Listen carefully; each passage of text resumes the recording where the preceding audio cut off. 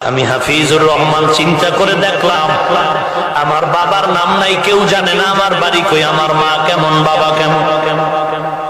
কিন্তু আল্লাহর শুকর, আজ এত সম্মান, এত মর্যাদা কেন?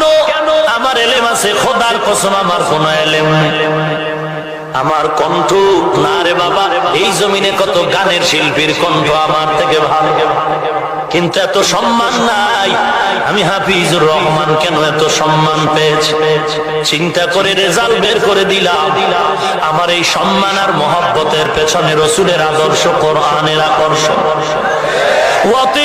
দুনিয়া রিকশাওয়ালা যদি রিকশা চালায়া নিজের ইজ্জতের চেয়ারে বসতে পারে, রিকশাটারে জীবন থেকে বেশি দামি মনে করে, তাহলে আমি যেই নবীর আদর্শের কারণে গোটা জগতের মধ্যে সুনাম অর্জন করতে পারলাম, আলহামদুলিল্লাহ।